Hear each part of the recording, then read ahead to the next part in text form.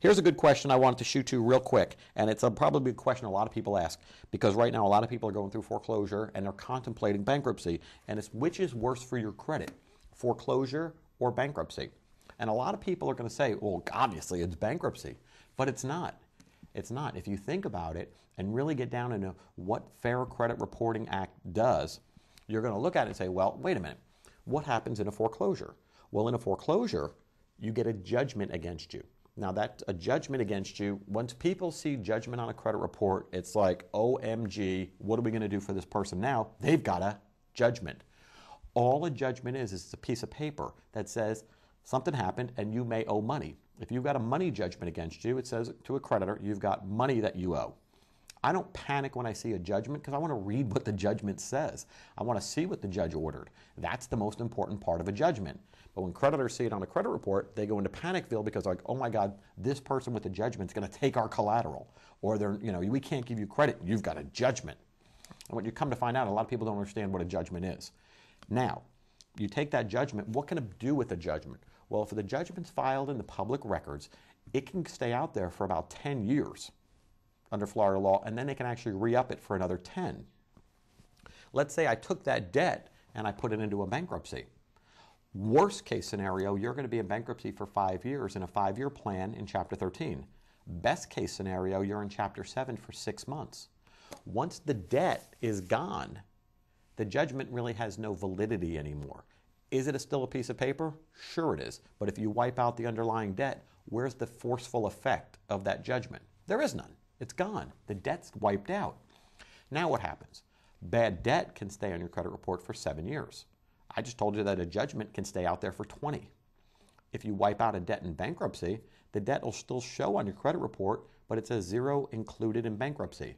Can you rebuild your credit after you file bankruptcy? Absolutely yes. So in the meantime, if you have a debt out there that you owe, it's going to stay on your credit report for 7 years. Let's say you miss 90 days or you miss 3 months of mortgage payments. Credit score dips down. That bad information on your credit report is going to stay there for 7 years. If you file bankruptcy, you could wipe it out potentially in 6 months to a couple of years, whichever it is. And then you've got opportunity to rebuild your credit. Well, I'm thinking you can rebuild a heck of a lot of credit in 7 years and be much better off after you file bankruptcy. A lot of people are shocked when I tell them that, and I explain it to them as this way. I'm looking at the law and what the Fair Credit Reporting Act says. It says creditors can put things on there for 7 years. I'm also looking at the game, and by the game I mean the credit game, which you're part of. And if you're a middle-aged young person, you're saying, hey, Carmen, I want to buy a house again. I get that. I want to know what your goals are because it's different if you're 35 years old or if you're 75 years old. A person who's filing bankruptcy and they're 75 years old, they don't really care about rebuilding credit. They probably have their house and their car and they don't really worry about buying a new house in the future. Different agenda.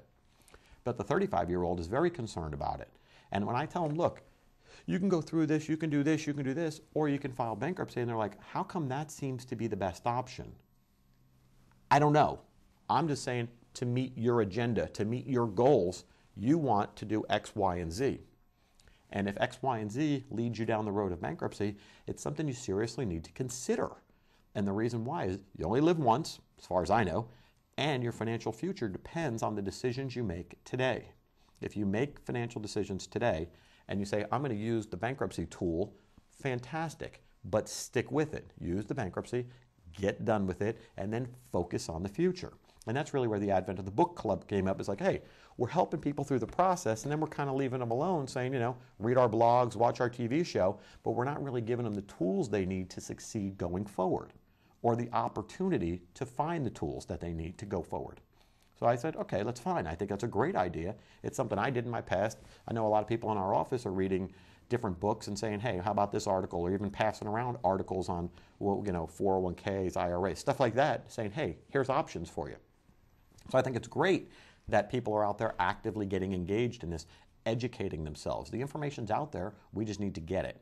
So from that perspective, I really want to say thank you for the question because that's something that I deal with on a daily basis, and I don't think I've ever talked about it on the show. So yeah, when you're thinking about it, foreclosure it's scary out there for creditors who want to give you credit in the future because they see that word judgment, and they all go into Panicville saying, oh, I can't, the guidelines don't let me give credit to somebody who's got a judgment.